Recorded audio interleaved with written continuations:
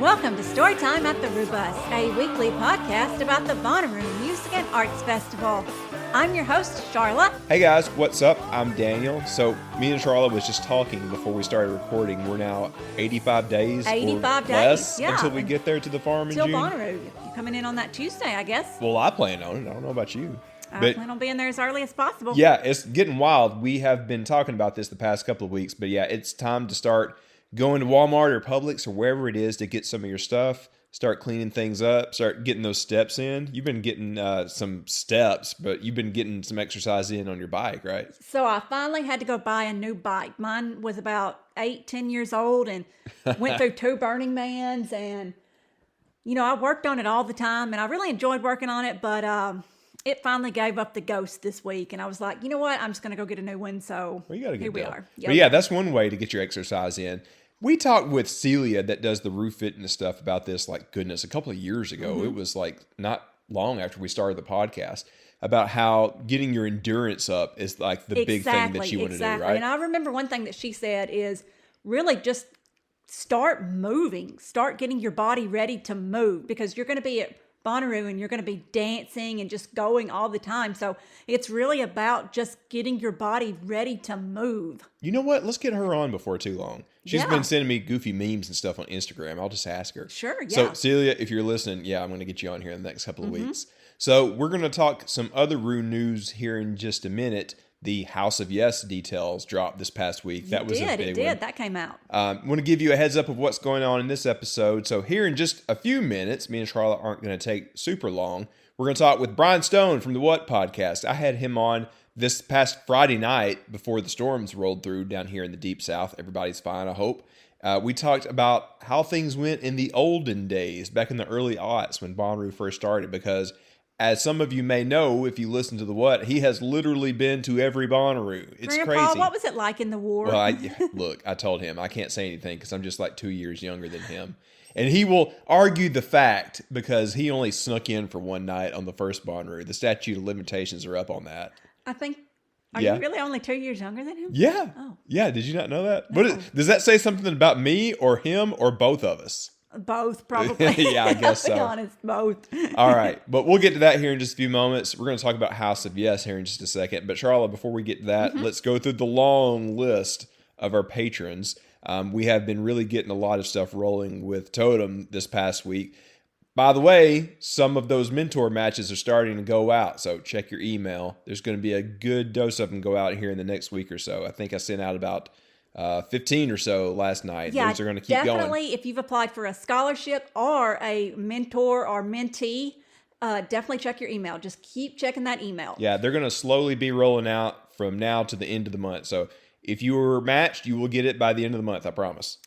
Okay, we've got Lisa, Butter Crew Nick, Delaney, Molly, John with the Texas Roo Crew, Brady, I Am Rave Dad, Taylor, Courtney, Casey with the Texas Roo Crew, Your eyes full of hearts. Christy, Charmel, Jums, David and Aurora, String Bean, Zach and Jeremy, Amber, Andrea, JB, Sam, Austin, James, Chelsea, aka Hygiene Queen, Ryan, Chris and Shy, Dan, Ernst, Harris, Keith, Casey, Andrew, Amanda, Nick, Maddie, McFerg, Kent, Randy, Bosco, Eric and Ben, Evan, Jay, Chloe, and Sean. Thank you, everybody. Like we say every week, 100%, and every penny goes to the Totem Foundation. It is going to be funding camping supplies for all our scholarship recipients for this year. It's going into the bank so we can eventually do the international program, does our overhead, and so much more. I always like to be transparent about this. It's pulling in $433 a month as of right now. So thank you so much. Thank you for trusting us with that. We're going to try our best to put it to good use. So, Sharla. Oh, by the way, you can find that at patreon.com/Rubus. I say that every week, but I'm always afraid that there's going to be a new listener that's like, hey, I want to pitch in $5. So there you go, patreon.com/Rubus. And if Patreon is not your thing, you can also go to just go to totemfnd.org. The link's on there, yeah. And there's a donation button on there. Yeah, thank you for that. All right, before we go talk with Bryan, let's run through this House of Yes thing that dropped, just the other day? You're watching on the Reddit more than me since you're a mod. That was 4 days ago. Yeah, 4 days ago they dropped the House of Yes lineup. So let's quickly review for anybody that's new. Do you remember those old SNL things with Stefan? You know where like Stefan is talking about like these crazy clubs that he goes to? That's basically what House of Yes is. Well, someone asked, what is the House of Yes? And the House of Yes is actually a drag/burlesque show based out of New York City. This place has everything, but and really. They have been coming to Bonnaroo for, I guess, the past, 3, 4, 5 years? I guess 4-ish years now. Almost feels like more than that, really. But they are in Plaza 3, Pod 3 out there. They have a great location out in Outeroo, and they're just a fabulous, wonderful, amazing group of performers. Yeah, we had them on the show last year, year before last, whatever it was. Maybe we'll try to have them back. But another big thing they do is host the Pride Parade. So I don't know if it really starts or ends there, but it definitely goes through there. And they host a big party during the Pride Parade. That's always fun to go to. It's always hot as hell that day, too. It makes it hard to do that, but it's still fun, right? Oh, it's an amazing, amazing good time. Feels like they've always got some kind of just wild and wonderful party taking place over there. Yeah, unspeakably fun stuff. All right, so let's run through what they're doing this year. So there's 4 things that they have during the day, I suppose, and then 3 late night parties. So the first one during the day is Wet Nightmare. Not all nightmares are scary. Some are wet, a little weird, and kind of sexy. All right, yes, they're already pushing the envelope here. I don't. This is kind of the fun thing with this. So, like, you don't really know exactly what it's going to be. Another one is a little bit more explicit. It says, like, Roulesque, a brand new risque review where the hills are high and the morals are low. The tassels will twirl, the stockings will slide, and your jaw, that's hitting the floor, mama. How is this pushing the envelope? Well, I want to know. Yeah, I don't know. It's just a figure of speech. But, like, the Roulesque one sounds fun to me. Like, clearly, both of that's them going to sound be some pretty kind fun of to me. Roulesque, I love Okay, it. the second 2. Yeah. Get your ass up, rise and shine, and shake That behind. Because, sorry, I can't see, y'all. Rise and shine and shake that behind, because who needs to sleep when you've got new friends to dance with? Start your day with NYC dance floor staples, Material Witness, and Ultraviolet at the House of Yes barn. So it's kind of like a morning dance party. I like that. I never really see that kind of thing out in the camps. And then the last one, Clown Cult. I don't like this one. This one kind of freaks me out a little bit. I don't like clown Surrender stuff. to the silly, embrace your inner fool, and achieve absolute ridiculousness. Secret quests, goofy games. I don't know how I feel about clown stuff. I know it's for some people, but it's not for me. That's just weird, man. I don't know what's going on with that. I think I have decided that clowns are one of my phobias. I'm just not a fan. Really? I don't know. That just kind of freaks me out a little bit. So the late night parties, we've got Haunted House of Yes. We've got Nursing Home of Yes. And here's the one that everyone is talking Waffle about. House. Waffle House of Yes. We can make this Waffle House a Waffle Home. It says Chef Chic, Dinner Divas, Slutty breakfast. Slutty Breakfast Foods, and Sexy Aprons. So I love that they're apparently doing Diner like divas. a couple of like morning things. I've talked with a couple of people that have been camped right next to House of Yes, so I guess that's going to be a fun wake-up call. So this sounds very, very, very, it's not related whatsoever, but it's got a very Burning Man vibe. I thought that too, because there's a lot of like morning parties. Well, morning is more like 10, 11, 12, something like that. But at Burning Man, like, you know, they're getting up relatively early and making like chicken and waffles and stuff like that. That's kind of what the Waffle House thing sounds like. That's what the get your ass up thing sounds like. So it almost sounds like they're going 24/7. If they're doing The one that sounded Burning Man-ish to me Yeah. was Wet Nightmare, because the whole description sounds, not all nightmares are scary. Some are wet and a little wild and kind of sexy. Step into Wet Nightmare, a show where your darkest fantasies come to life with the freakiest babes on the farm. We went to something like that. It's a burlesque kind of show. Yeah. And we did go to one of those at Burning Man. I'm in for it. There's somebody that says on like this Reddit thing that I pulled up to find this poster, it says, "This is so camp. I love it." Yes. Yeah, that really does check out. It is camp. And like camp is in, apparently. All right. So yes, that's what's going on at House of Yes. We'll see if we can reach out to them and learn more. So someone in the comments also said, "Hello newbies, I see you in the comments, so I'll answer here. House of Yes is a bar/drag venue/gay cultural center in New York that does an installation in Plaza 3 every year for every Bonnaroovian." Yeah, so I think somebody was explaining it for the newbies just Mm-hmm. like we were. So, guys, if you are new, go to this. I Oh, would yes. dare say this is the best plaza entertainment out in the Oh, camps. I 100,000%. mean, not to, say anybody else isn't doing a great job, but honestly, yeah, it's the most fun. So, go for the pride party that inevitably that they're going to have scheduled. Try to go to the parade. I know it's tough when it's so hot, but it is a lot of fun. And really, thanks to Bonnaroo for continuing to have this. I'm not really going to get into like the politics of it, but you guys know what's going on these days. So for Bonnaroo to continue to promote this so heavily in a state like Tennessee of all places, it's really encouraging and it's really appreciated. I think it's really important for us to put the all in y'all in a place like Tennessee. Bonnaroo needs to be for everybody, and it needs to be freaky and it needs to be welcoming. So I am so happy that the House of Yes is letting their freak flag fly with this kind of stuff, I right? mean, duh. Duh, yeah. We'll try to get them on. I'll reach out to them and see if we can talk with them before too long. All right, we've been going on quite a bit already, so what do you say we go ahead and talk with Stone on Air himself? Yes. Let's do it.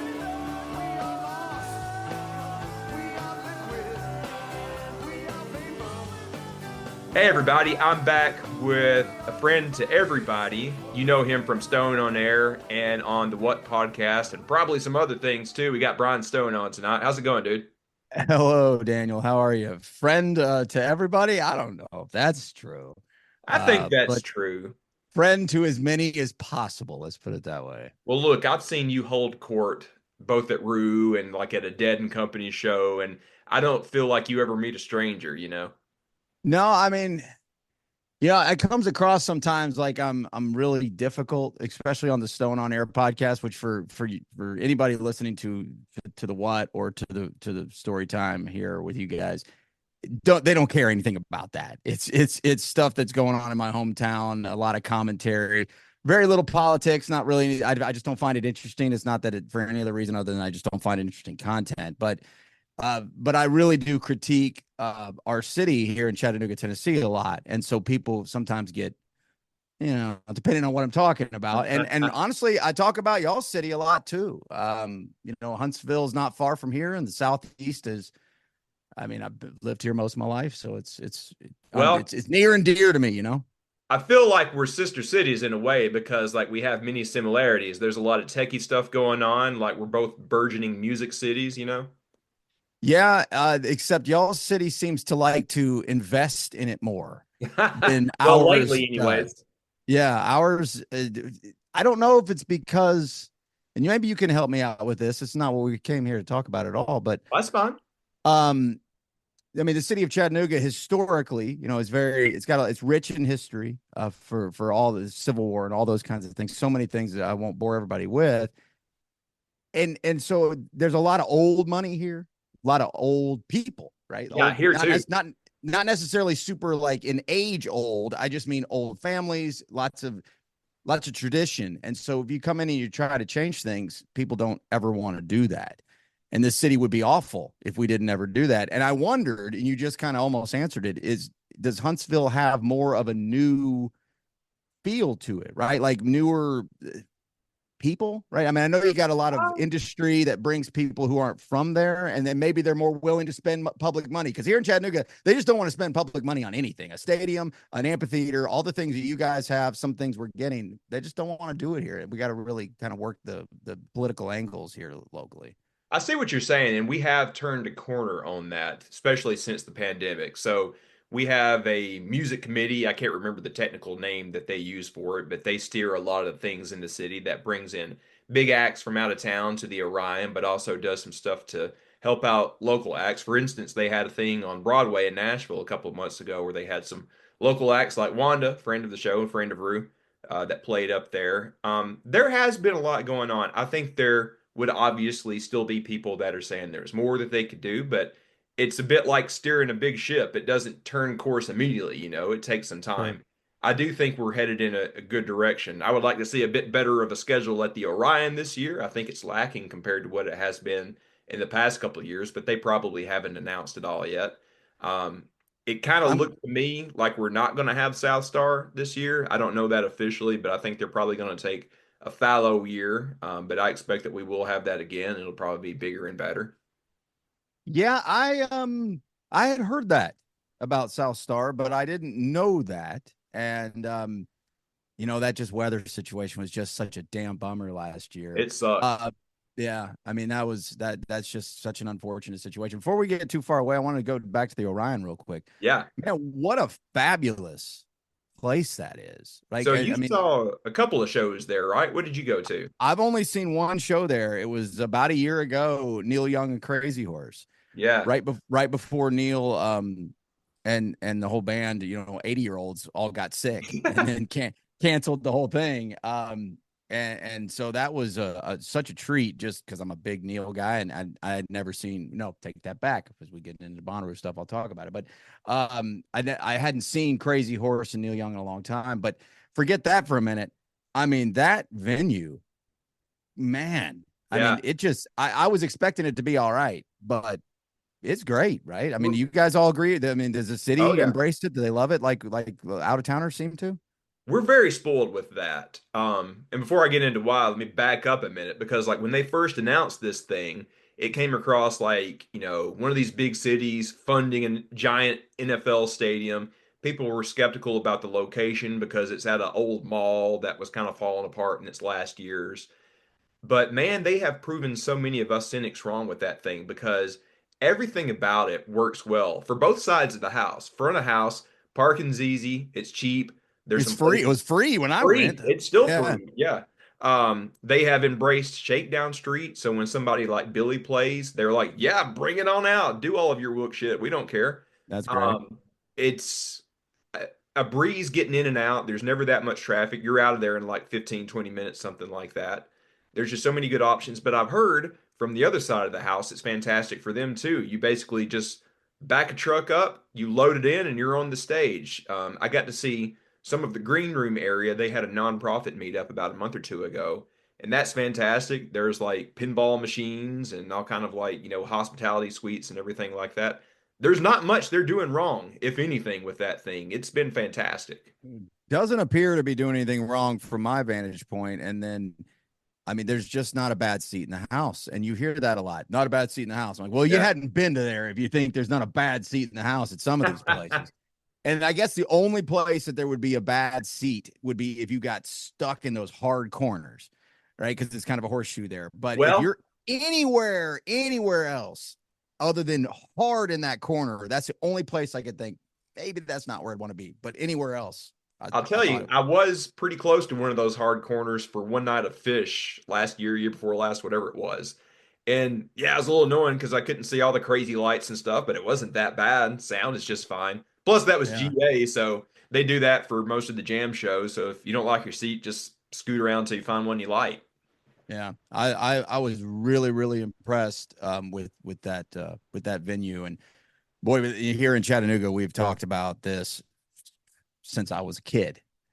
Getting an amphitheater. It's just now that y'all have that, Yeah. I think that's even less of a chance we get one now. But anytime someone's talking to me about what shows you want to go to in the last few years, or what do you think about this tour or these stops, and I just say if they're going to Huntsville, uh, skip every other city and go to that to the Orion because it's better than Alpharetta's. It's I don't know. Nashville's building so many different things now, but then you got to deal with Nashville, right? Like, I mean, Now, when you bring the Nashville Amphitheater up, that does make me think of one thing that I would critique the Orion about a little. So the Ascend Amphitheater over there next to the river and that big yep, bridge, I love that spot too. And my favorite thing about that is the big grassy GA area in the back. yeah. If I had anything to critique the Orion about, I wish we had something like that. I have heard some complaints from some of the older crowd that they don't like sitting on those kind of like football bleachers in the back. That gets a little old. And I would enjoy it if there was more of like a free for all grassy area like the Ascend has, but that's still not the end of the world. I would have said the same thing if you just said, "Hey, we're going to build an amphitheater and not have a lawn." My first thought would be, "Well, then you're doing it wrong." Like it's got to have a lawn. What are you talking about? Like what I'm conditioned to of an amphitheater over the last 20 some odd years.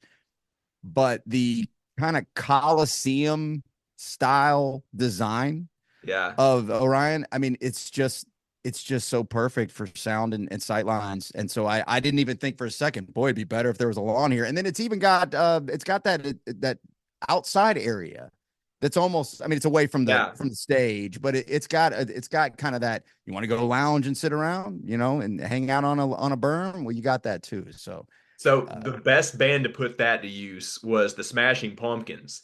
They played like an October date. The weather was real nice. It wasn't really hot.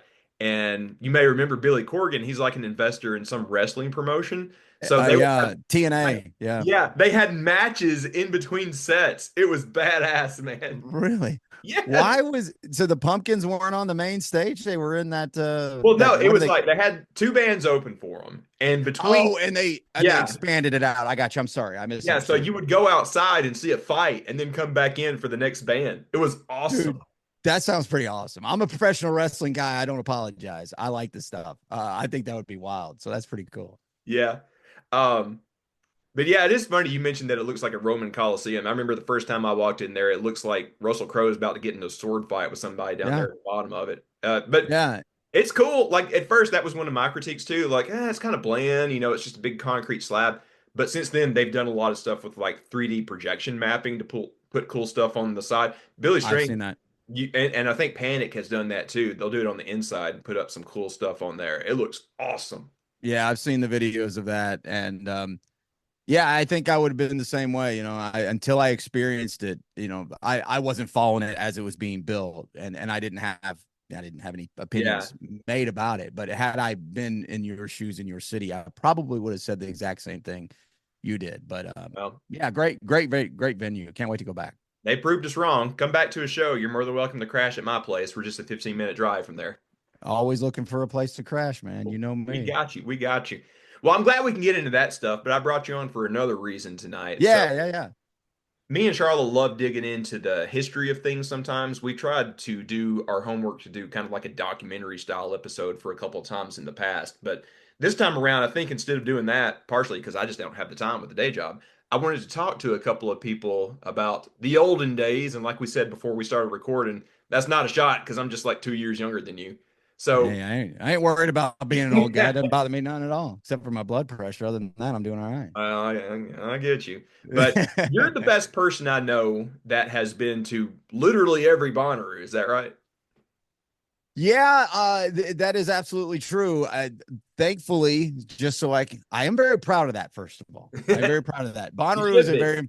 Bonnaroo is a very important thing to me, just like it is you, and just like all the people who do it all the time. It's more than just a festival. We can you talk about it all the time. We talk about it all the time at the What and everywhere else.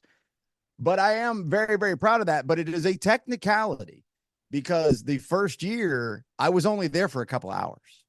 That still counts. It does count, but I don't have a ticket stub. I don't have any pictures. For all you know, I'm lying to you. I feel like I've got enough trust. People don't think I'm lying, but I can prove everything else. From '03 on, I was head first diving in. But in '02, I didn't know. I was 22 years old. I'm a big grunger. We're just out of the '90s. I don't care anything about jam band music, really. I mean, I like the Dead as much as I like an old classic 60s, 70s rock band. I like all the music from the 60s and 70s. And so it wasn't that I liked the Dead in the sense that they were, of what they were. They're traveling circus, for lack of a better way to put it real quickly. I didn't know anything about any of those things. So when I heard about this jam band festival, I was just like, I don't know. Music Midtown in Atlanta, the old version of the Music Midtown Festival. That was my yearly festival. I would from 99, 2000, 2001, and 2, I was at Music Midtown every year, and that exhausted all of my budget. And I was a poor kid, so it was very lucky I could even pull off one. So it's like, I can't go to 2 festivals. That one's in May. I can't go up to where all the jam kids are. And when it got here, that June, it was middle of the month at that time. I can't remember for exactly, but that June, I'm sitting here like, I can't sit here. I can't sit here and do nothing. And I just started listening to Widespread Panic at that time. And so I'm still very new to that band. And I was like, this is crazy. half the people I know are up there, and I just jumped in my car. Had no, there was internet, but not really. You So know, I think this is past the statute of limitations now. I've heard the story that you didn't even have a ticket, right? no, I jumped the fence. There was no fence to jump by the time I got there. I mean, yeah, it was bent over. I don't even the chain link. I don't, not that it was a gate crashed event, because it really wasn't. I mean, I'm sure plenty of people got in for free, but they sold every ticket. So at that point, who cares? Well, walk me That back a little bit. What was like your first notion of Bonnaroo? Like, how did you first hear about it? Do you remember it all? No, not really. Other than, well, I can go back a little further. The Ichiku Park, Yeah. 1999, Ichiku Park. They had a festival on that exact same, Great Stage Park in that exact same location. And it was a bunch of like Sammy Hagar was a headliner. I mean, it was all classic rock names that just go for days. I Yeah. mean, Sticks. I don't know. Just start naming anything you'd hear on a classic rock radio station, which I was into at the time. All old rock I was a fan of, and I wanted to go to that because it seemed different and cool. But I went to Woodstock 99 in 1999. So, which is a whole nother show. We'll do that sometime. Yeah.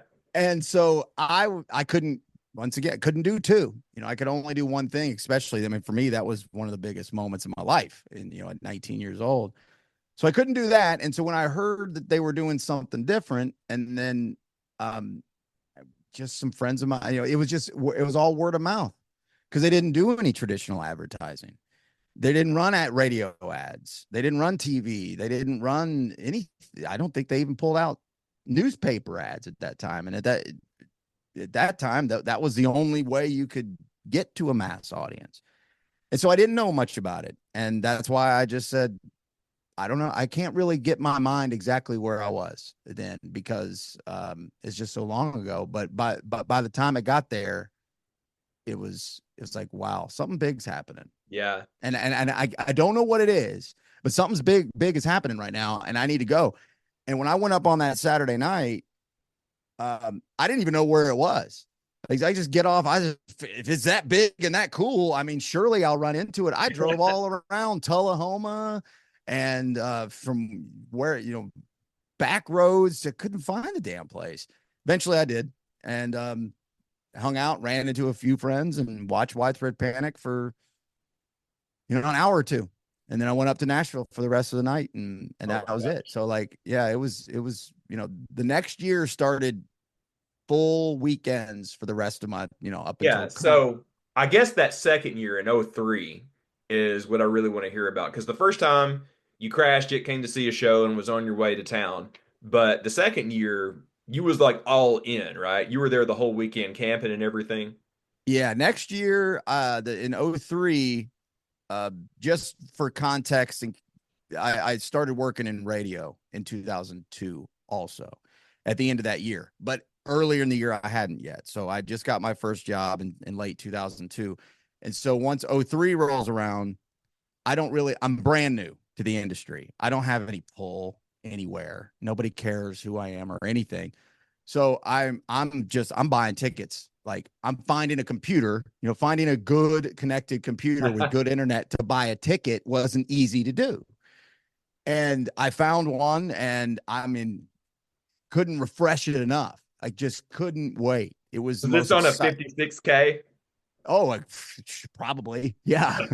I mean, Get off the phone, Mom. I know. I wasn't at the house. I found somebody's business had a hardwired computer, so I was able to get the tickets. I don't remember if they sold out immediately that second year, but I bet they did. And so, yeah, then my first full year was '03, and all the typical stuff. I was in line 10 hours, maybe 8 to 10 hours all night long on the way. That's all? Yeah. Yeah, no, actually that was doing pretty well. Yeah. That was leaving on a Thursday night. That was getting there on a Friday morning. Oh, and by the way, for anybody new, we should point out that is not the case at all anymore. Like, for most people, you're just going to have like an hour tops. Yeah. That was real, and it, in retrospect, it was awful. But I thought it was super fun. I thought it was super fun for a while. And so I'm not familiar with the property. I'm not. It's Bushy Branch Road was the road I was on coming in that direction. And that road's what, 5 miles long, something like that. And I'm talking all the way around. It's not that long, but I was on it forever, and I had no idea. So it wasn't back on the interstate by the time I snuck my way in. And well, actually, let's tell this real quick. So I forgot that first year, that 03 second year, I thought I'd get cute. I left it like 11 o'clock at night, and I stopped at a gas station and got a Rand McNally Atlas and mapped my way around the traffic that I didn't even know for sure if it was there or how bad it was. But I was like, I'm smarter than this. I'm a local. I can get around this. And while I'm driving around in some random as it gets community of rural Tennessee, I'm looking at my map as I'm driving, and I'm swerving or speeding, and I got pulled over. And I knew, even as a 23-year-old, you don't do anything stupid while you're doing this. Yeah. So I knew I was not intoxicated. There was no drugs in the car. There was none of that. And thankfully at 23, I had a little sense. But boy, these police, their eyes lit up. I'm by myself. I got a car full of coolers and backpacks, not really gear for Bonnaroo, like not tents and not easy ups, but just a bunch of, because I'm meeting a bunch of people who are already there. Yeah. And they've got all the camp, for as primitive as it was then, they have the camp stuff. I just basically bring in a bunch of beer and stuff and food. And so these cops thought they had me. I mean, they thought they were as cool as they could be. In retrospect, I could kind of figure out, I was like, yeah, and then next thing you know, there's like 5 cops. So the entire city's police force just comes and hangs out, because they're like, probably like, yeah, we got one here, guys. And they said, can we search your car? And I was a little nervous because I didn't clean my car as well as I should most of the time. And you never know what's been going on over the last 6 months. So there was a little bit of nervousness to it, but at that point, I didn't know what else to do. They searched my car, let me go. Came on in to the, I don't even remember where, just sideways into the city. And I was able to just kind of get in line. And next thing you know, 8 hours later, finally parked at probably 8, 9 o'clock in the morning. And boy, that was a rough day. Once you get in and like you're set up camping and everything, what I really want to hear from you about is like how different was the vibe in those early years? Like these days, things are a little bit like cleaner, shall we say?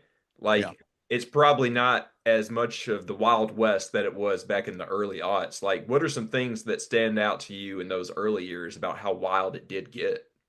Things are coming back to me now a little bit, and most of it is from me trying to get in because meaning still in my car. Yeah. Because I don't know where the line starts or ends. I don't think anybody does.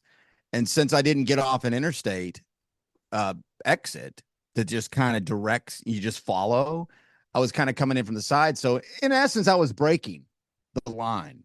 And I guess, I mean, officially, I think I technically was breaking the line, but what am I supposed to do? I came in from a rural road. I need to get on the line. I definitely done it before too.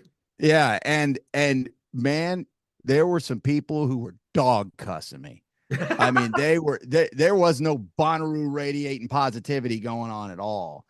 And it wasn't like it came close to, fighting or anything, but there was a lot of yelling and shouting. It was, there was a lot of leftover 90s rage in that early 2000s, right? Even with the jam band being the predominant or really the only artist that was on the farm then, there was still that little bit of that 90s rage. So I thought that was a little interesting. But as far as like once you're in, boy, it's such a blur.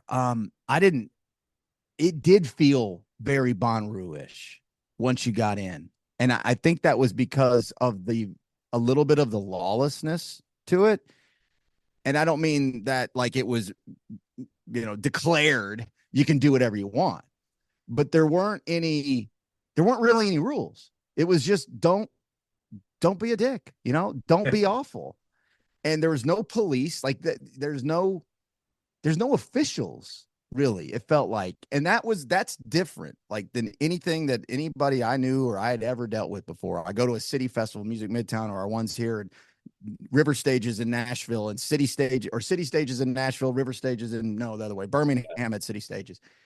I've been to a lot of festivals. That wasn't my first festival, rodeo, as they say, but it was the first one where it just felt like you were left up to just take care of yourself, and you didn't have an authoritative figure telling you what you could or couldn't do. And I think that let everybody just breathe, and just really feel like we can do whatever we want, and we're going to do it, mostly from my vantage point, responsibly and safely, as opposed to when you just are beating people over the head with rules, beating people over the head with security and police presence, and then people feel threatened almost. I mean, It's funny you say that because you mentioned that you were at Woodstock 99, and I wasn't there, you were, but I've seen the documentaries and stuff. you know enough. If you've seen the documentaries, you know it all. But like in those documentaries, it seems that like it was a bit of a Lord of the Flies situation because people are getting a little aggressive because they have been overruled. It was like, $5 for a water. That was expensive back then. That's crazy And expensive. no showers or anything like that. And people kind of revolted against that. So I feel like what you saw at Bonnaroo in those early days, and maybe what it was like at Coachella in the early aughts too, was kind of a response to that. It's like, oh, we're not going to push them too much because we saw what happened in New York at Woodstock. Did it feel like Probably. that to you? Like it was a bit of a, like a push and pull with that? Yeah, that's a good point. And I guarantee you the AC and Superfly people, when they did this crazy ass idea, which coming out of Woodstock 99, I mean, can you imagine trying to go to an insurance, a company or something, or trying to LLC this thing? Hey, we're gonna do a massive festival right after the mess, the burning down, assaults, and all that kind of stuff. So yeah, I bet it was like, we're gonna do the opposite here. And not that even Woodstock 99 it wasn't over the top with security presence. It was. They tried to disguise it with the Peace Patrol thing. That just didn't work. And then the weather, I mean, again, that's a whole nother day. But yeah, it does. I do believe, my guess would be that their approach to how they handle the farm and how people are going to be treated was directly influenced by everything at that point would have been 3 years prior.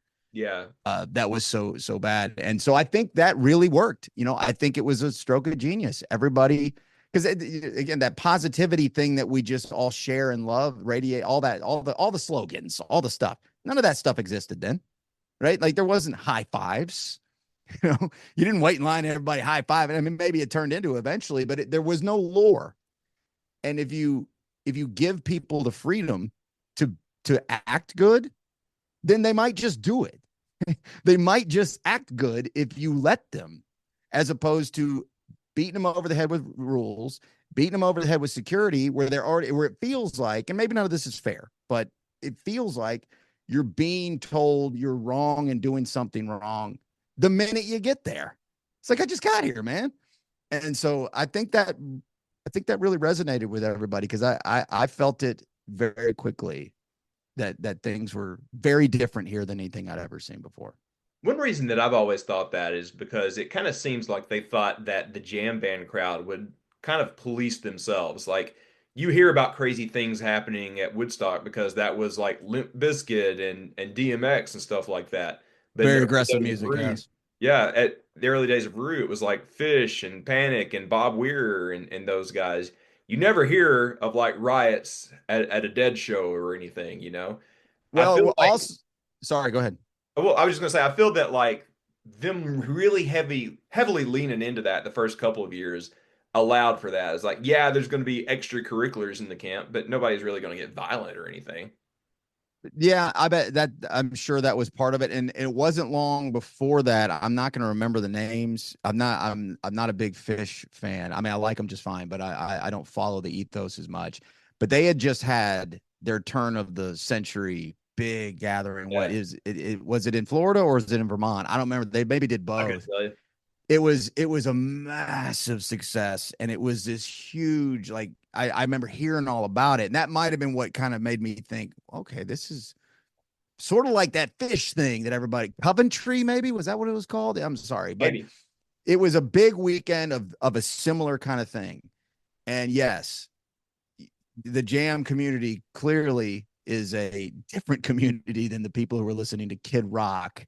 Turns out those Kid Rock people are pretty much the same now as they were then. So, I think they gambled on that, and they won that bet. That's what I would think. So one other thing I want to ask you about is since you've been there throughout, pretty much the whole history, are there any moments that stand out to you where like, hey, this place is changing? Maybe not for good or bad, but you could just tell like there was a shift in the air. Like, were there any particular years or moments where you Yeah. kind of felt that? Yeah, absolutely. I'll quickly timeline it right up to that spot because I really know when it was. It was so three was a chaotic year for me because I had to learn the whole farm, and I only was there Thursday, Friday, Saturday, Sunday. So that you only have 3 days. And Neil Young was Friday night, and that was when I first saw Neil Young. And I'm almost positive Crazy Horse was there, but it was an electric show, like electric, plugged in show. I'd seen him at the Grand Ole Opry with an acoustic show a couple of years before that. But so I didn't really get to get it all in until '04. '04 was a great year, and except for the weather was awful, but I didn't care about that. I mean, it was just such a great year. And then five was pretty good, and then six was starting to I mean, I was really starting to get my stride, learn the place. At that point, I've been credentialed, so I'd been working in radio now at that point for like 4 years. So I'm starting to know people. And more and more my friends are going. I got I mean, 2, 3, 4 different campsites that I could just pop in. I mean, it was a party. It was so great.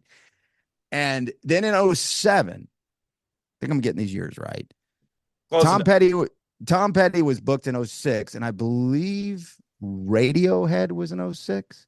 That And sounds that right. was that was the first year they deviated away from the jam heavy, especially from the headliners. So in '05, I want to say it was like Dave and Friends and maybe David Byrne or something, and Panic again, I'm sure. And then with Radiohead, that was like, whoa, hold on. I'm a '90s guy, so like I like Radiohead, but this is different. And then with Tom Petty with Stevie Nicks showing up that year, but it's just such a great year.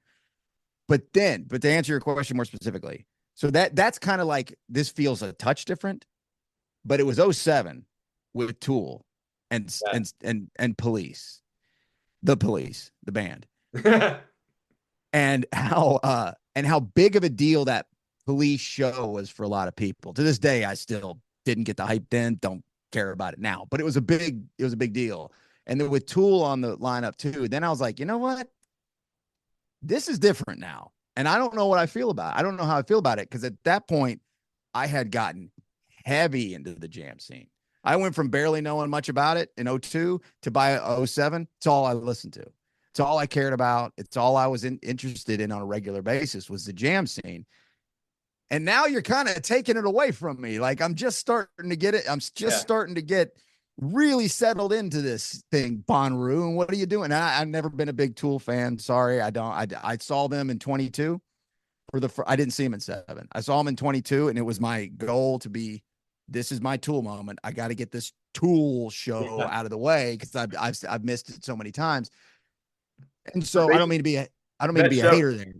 That Tool Sorry? show for me, like so many friends had hyped it up, and I had never seen them. This was in 22. In And I was 22, like, you yeah. know what? I'm going to check it out. I'm going to see if I like this or not. And it was a bit like trying a soft drink that you don't like, but you get why people like it. Like, I was there for about a half hour, and I'm like, okay, these guys are really good at what they do. I get it, but I'm going to the next thing. I hated it. I hated it. I stayed for the whole thing, 90 minutes. They played 9 songs. 3 of them were from the latest album. It wasn't for me. But, I wish I saw them in '07, actually, because they would have been closer to to their peak, to their prime, I guess you could say. But so to your question, that was the year where I kind of second guessed, like, what's Bonnaroo doing? But what I don't know if I'm feeling this. Like, so that's the long, windy, meandering answer to that question of when did it feel different? And Yeah. that certainly was, I I would feel say, like 07.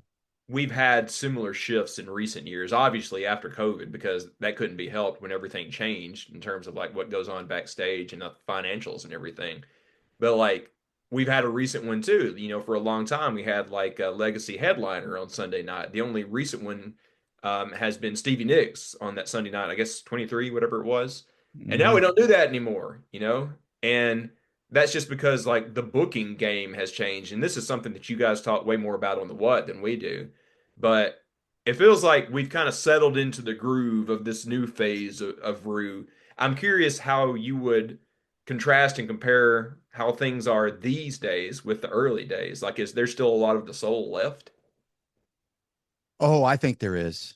Yeah, I think there is. I think that it's just as long as Bonnaroo stays relevant, and the way to do that, I believe, is to keep the youth coming. I mean, that's what you got to do. You've got to keep the young people coming, and it's got to be a rite of passage. It's got to be the thing that it always was, and I believe it still is. They've just done it differently in about 3 phases almost. I would have to sit down and maybe go pen to paper on when the phases started and ended. Yeah. But you've got to keep people thinking, if I'm not doing this, I'm missing something. The FOMO, right? I mean, I am missing something if I don't do this. And that's how Bonnaroo was for all those years. And I will quickly give it a timeline. So like in 08, they got me back because as far as my excitement, when I was questioning 07 with Pearl Jam, favorite band of all time. But they also had Metallica. What? All right. The hell is this? Chris Rock on the main stage, right? Like, that's cool. I love Chris Rock, but wow. And then, and that was the lightest attended year early on. 08 was the least paid attendance of that first 10 years. And then they kind of got some jam bands back in there. And for the next handful of years, it seemed to really keep its footing, keep that FOMO, keep the youth excited for so much comedy. They went so heavy on the comedy with the comedy tent. That was a hit. That really worked out well for a while.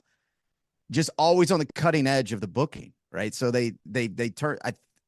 I'm not sure what the exact shift was, but it does feel like it shifted right there. Then jump to 16. Pearl Jam's back, so I'm excited. Dead and Company is the legacy act on Sunday. And were you guys there in 16? Oh yeah, that was my favorite year ever, easily. Oh That my God! Friday Oh yeah, night, Tame. That's right, yeah. Tame. Your Well, Apollo was playing. that was just one aspect of that night. Like going from M83 to LCD Sound System to Tame, and then some other unmentionable stuff that night. There were some great bands throughout that day. Fiddler, great punk band, played early that afternoon. It was just a perfect day. And I know that was like a lightly attended year, but there was just something in the air that year. Like there was some magic in 16. Well, I agree, Daniel, but I mean, I think that festival that year was designed for you and me. Like, Well, it was designed for us. So of course we liked it, but I mean, that was, for those that don't know, I mean, I don't have the official numbers, but I mean, that was a 45 to 50,000 attended. You could tell person. it was light. So me and Sharla and some buddies were walking around one late night. It's like 2, 3 in the morning, which isn't that late, in the scheme of Bonnaroo things. No. And we're walking around in front of that tent, and there's hardly nobody there. And we're just like, this don't feel right. Something felt awkward. Like Thanos had snapped away half of everybody or something. And it just like at that point, the vibes weren't the same, and you can tell like, oh, we need more people here. We need this to be more of a party. Yeah, it was unfortunate. I felt bad because the 2 years my band played were the 2 years nobody showed up. Right? So like, not nobody, but it just, that was a big deal, and I was really concerned about the longevity of the festival at that point. Mm-hmm. They banked on Pearl Jam and the Dead and Company They both have massive followings, very loyal followings, but they're not necessarily going to go to Bonnaroo. You know, these bands play all that. Pearl Jam doesn't one off. They play, they were all over the country that year. And that Dead and Company, same deal. That was their first full year Yeah. as an actual band. And it was a bad calculation. When I talked about earlier, the calculations from 2 and 3, and then maybe 7, 6 and 7, those gambles and those bets paid off, and these didn't. So I believe at 16 was another one of those kind of phases, a turn into the corner. If you'll remember, 2017 was Lord, The Weeknd. Why can't I think of anybody else right now? But those are the two that popped out because I didn't know who either of those were that year until that year. And it was two of my favorite shows I've ever seen. It was amazing. What year was U2? Was that 17 or 8? Yeah, that was U2. U2 was Friday. That's right. Yeah. U2 was so the legacy act started The Weeknd, and U2 is a little different than a traditional legacy act. I mean, Yeah. one of the biggest bands in the world. So, so that I just thought that year was such a brilliantly booked year. Weather ended up being great for those of you to remember. Oh my God, 17 was beautiful. God, it was low humidity, Cage the Elephant, Rainbow Kitten Surprise just making noise. It's just so that was a kind of a turning point again. Every time this festival runs into an issue, whatever that issue is, they tend to correct it and make it better. And I think since then to now, we've really seen another phase. I will say, even though 16, if they even broke even, I still think that maybe they consider it, and I think everybody else has considered it, a bit of an investment year. They had to learn some lessons. They had to like figure out new ways of doing things instead of just rolling the same routine year after year. And I'll put it into metaphor by saying this. I was not a jam band guy at all up until that point. I didn't get it. Barry always jokes around with you that like, oh, I don't get it. Why are these guys just noodling around for 20 minutes? That's how I felt. I felt like these songs had no structure. Most of the vocalists on all these jam bands, I couldn't really get into. They sounded rough. But then I sat there for 2 hours of that Dead and Company show on Sunday night, and I'm seeing everybody dancing and having a good time, and I'm like, boom, I get this now. Cool. And now, Yeah. like, that was my moment. So, like, back in 02, 03, that was it for you. That was it for me in 16. And that was the moment that I'm like, oh, wait, this isn't just I happen to be coming every year to this place. I'm full on invested in this place now because like I got that experience not just from Tame and all that craziness on Friday night, but from Dead and Company on Sunday. So them having that diversity in the lineup, and maybe it was, because it was a little bit more intimate and there was like a really good vibe that year because of that. That had something to do with it. But I don't think that like in retrospect people should look that bad on 16. I really think for me personally, 16 was a huge turning point for Rue as a whole. Not just because they had to think, how do we get people back in here buying tickets, but how can this place turn into more of a community? Because that gets people in kind of like a retention routine where they buy it every year. So I always have to defend 16 whenever I hear talking bad about it, You don't have to defend it to me. I know. I had a fabulous year in 16. It was very hot, as you know and remember. It was one of the hottest years that I can remember. It was brutally never not hot.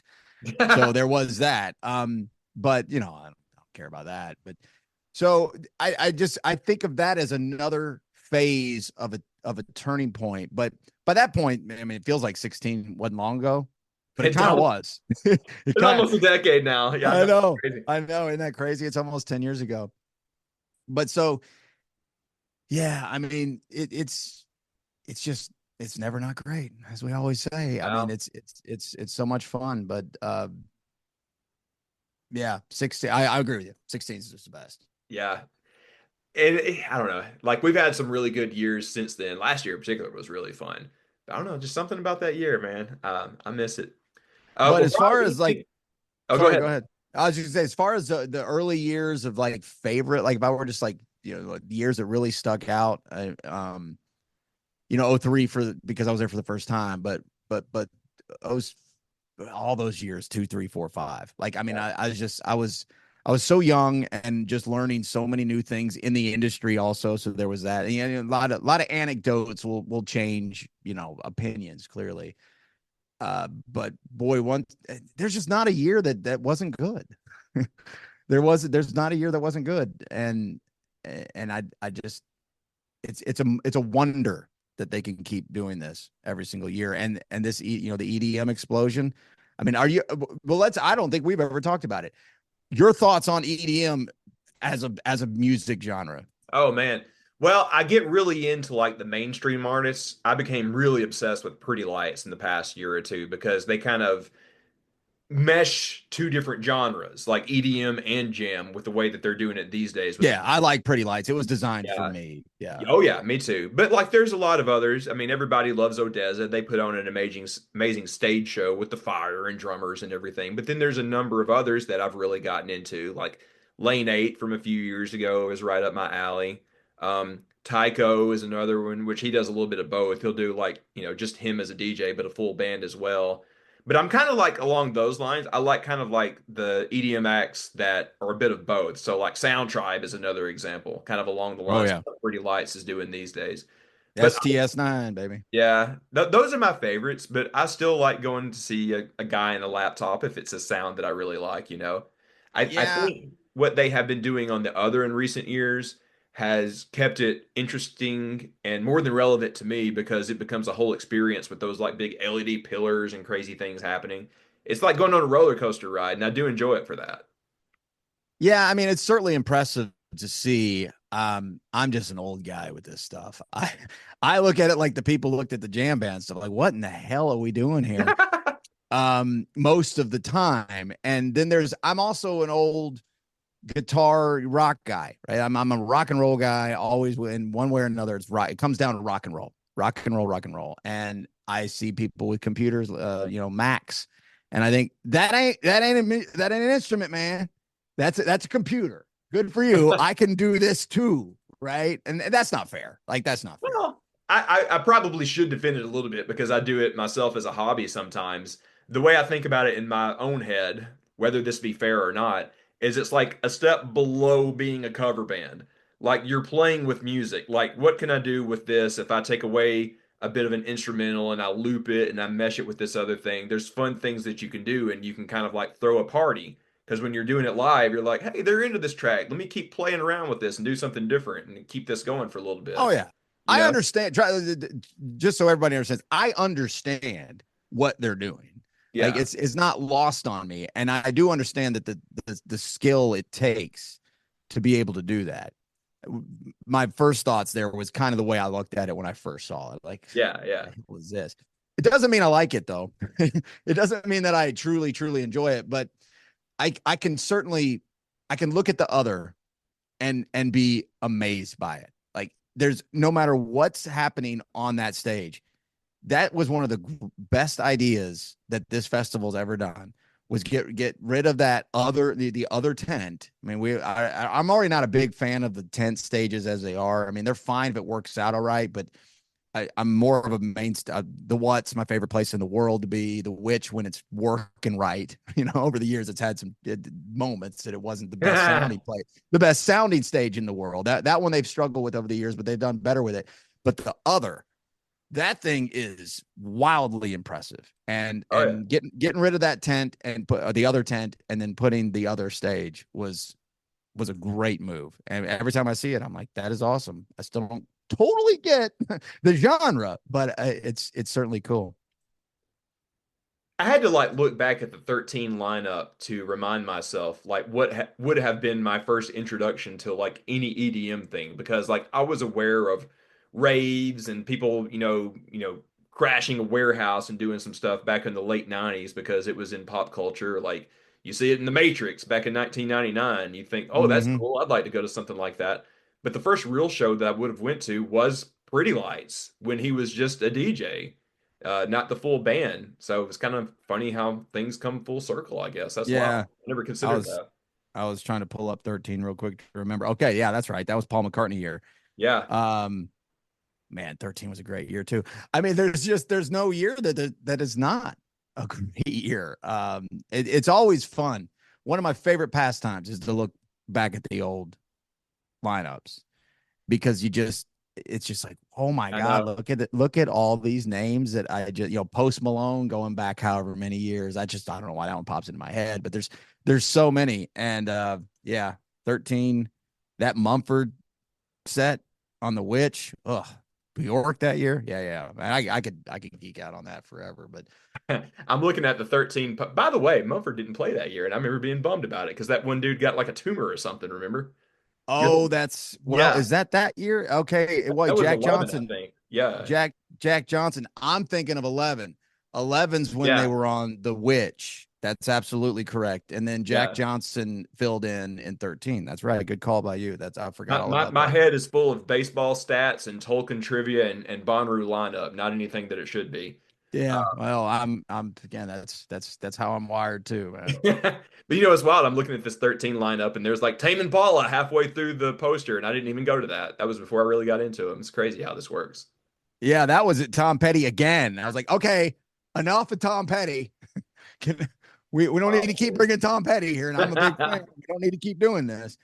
Um, yeah, that's that. I mean, the Lumineers are even far down on that list. That you're not far down, but not at the top. But that's always a fun exercise to go back and look at the lineups. But yeah, I mean, it's one of the joys of my life, man. Being able to do this all these years, I don't ever want it to run out. I'm a big fan of streaks too, and being a baseball guy and numbers and minutia and stats and records and streak, like all that stuff matters to guys like us, and The it matters nerds a lot. like us, yes. That's Yeah, that's to where we're total going. nerds. Yeah, the numbers matter. The numbers matter, and a streak. You don't mess with a streak. Don't mess with a streak.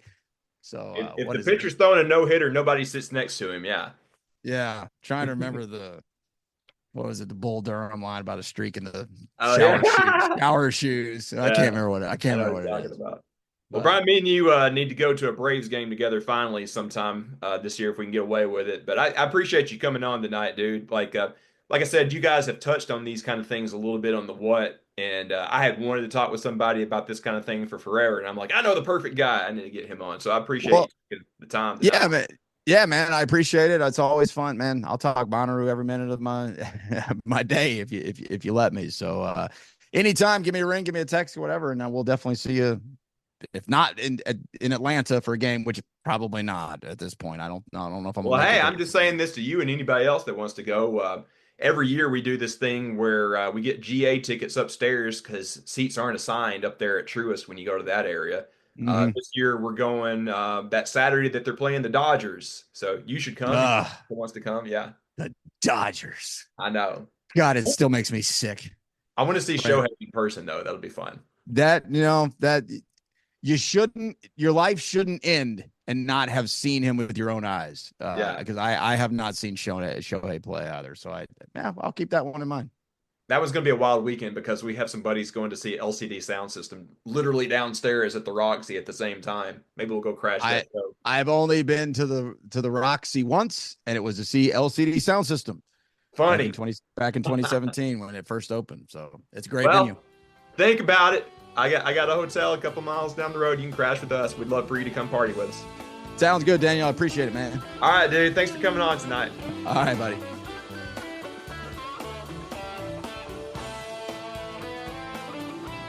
Okay, big thanks to Bryan Stone for that interview. Yeah, go Braves. I hope he goes to that ball game with me. That'd be fun. Yeah, we're trying to talk him into that. You didn't really hear the whole thing yet, but at the end, I was basically like, "Hey, No, I you heard should-" you. I actually You heard that you. the other Yes, night? I heard you the other night. I actually did hear the whole interview the other night when you were doing it. Well, me and him and Maddie and Andrew and hopefully Mitchell are probably like the biggest Braves fan at Bonnaroo, so I'm trying to get him there. What's funny is Excuse me. well, you two You and obviously. no. What? Josh Wenzel is the biggest. Oh, Braves Josh, fan. I apologize. Yes, I should have included him. He's been to ball games with me before. Yeah. But Joshua, I am so sorry. He oh my gosh, Josh. Forgive me, my boy. Anyways, yes. I hope to get him out there. That is funny that me and Stone have been to the same ball game and like just passed each other like ships in the night before. It's wild. They talked about that on their show last year.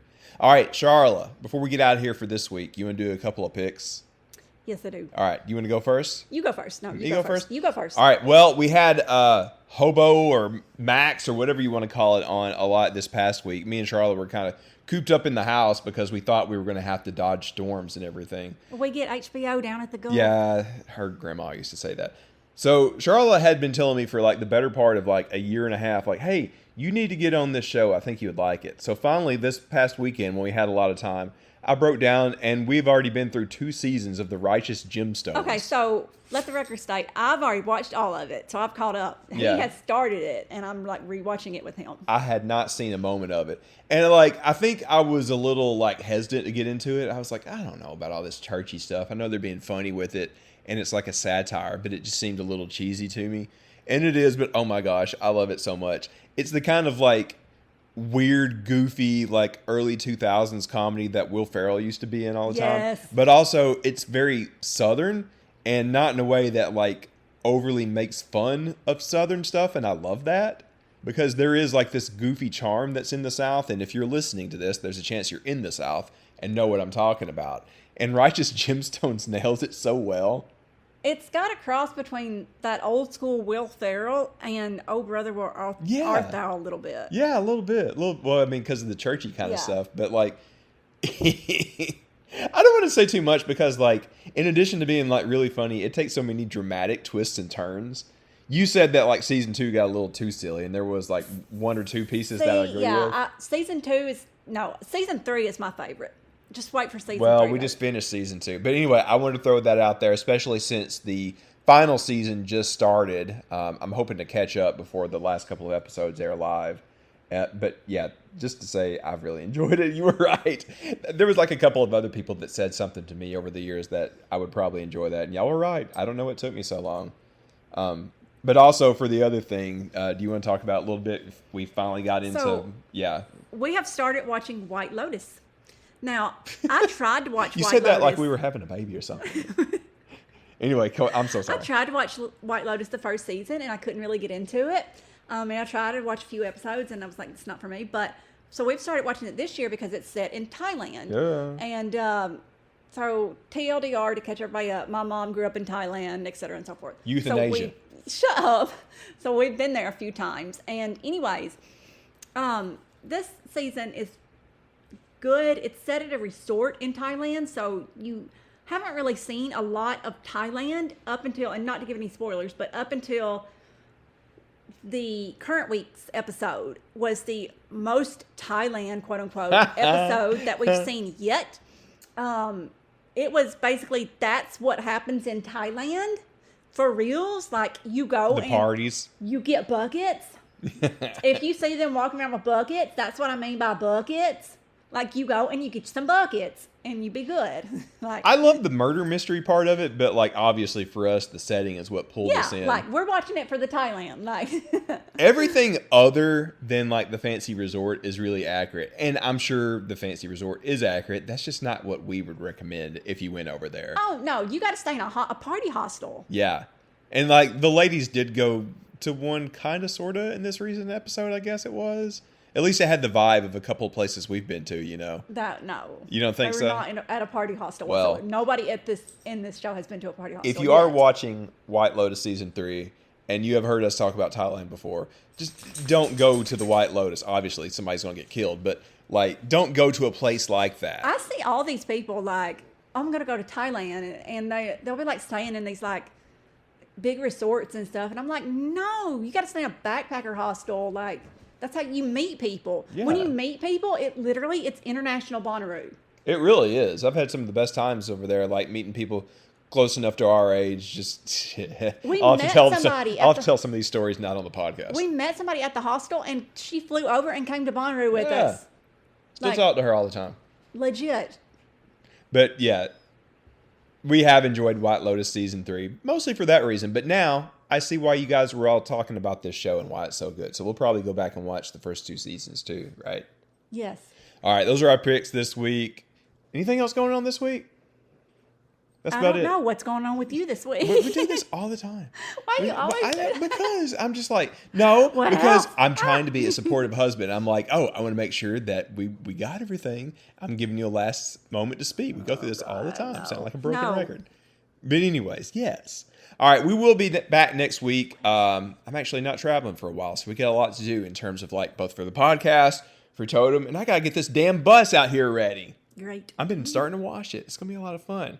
Anyways, guys, if you want to do a guest episode like we have had the past couple of weeks, hit me up. The best thing to do is just find us on the Rubus Discord, and they can find that on all the profiles. All of our social medias. Yeah, yes. you can Just find it look on for there. the link on there. Hit us up. And I have been sending those totem emails out with a link to the Discord. We have a couple of totem channels on there where we're going to be talking about things that we're doing with that this year. We're going bigger and better, baby. It's going to be fun. But you know what? We'll talk more about that in the weeks to come. For now, get out there and radiate positivity. We'll see you next week. Goodbye.